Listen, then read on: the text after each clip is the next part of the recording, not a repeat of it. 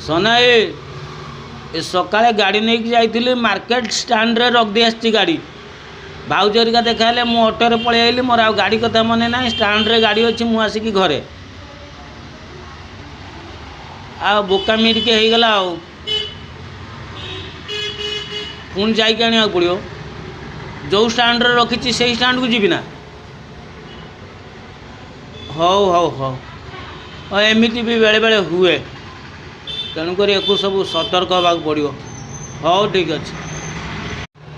ସନାଇ ଏ ସକାଳେ ଗାଡ଼ି ନେଇକି ଯାଇଥିଲି ମାର୍କେଟ ଷ୍ଟାଣ୍ଡରେ ରଖିଦେଇ ଆସିଛି ଗାଡ଼ି। ଭାଉଜ ହେରିକା ଦେଖା ହେଲେ ମୁଁ ଅଟୋରେ ପଳେଇ ଆଇଲି। ମୋର ଆଉ ଗାଡ଼ି କଥା ମନେ ନାହିଁ। ଷ୍ଟାଣ୍ଡରେ ଗାଡ଼ି ଅଛି, ମୁଁ ଆସିକି ଘରେ। ଆଉ ବୋକାମି ଟିକେ ହେଇଗଲା ଆଉ। ପୁଣି ଯାଇକି ଆଣିବାକୁ ପଡ଼ିବ। ଯେଉଁ ଷ୍ଟାଣ୍ଡରେ ରଖିଛି ସେଇ ଷ୍ଟାଣ୍ଡକୁ ଯିବି ନା? ହଉ ହଉ ହଉ ହଉ, ଏମିତି ବି ବେଳେବେଳେ ହୁଏ।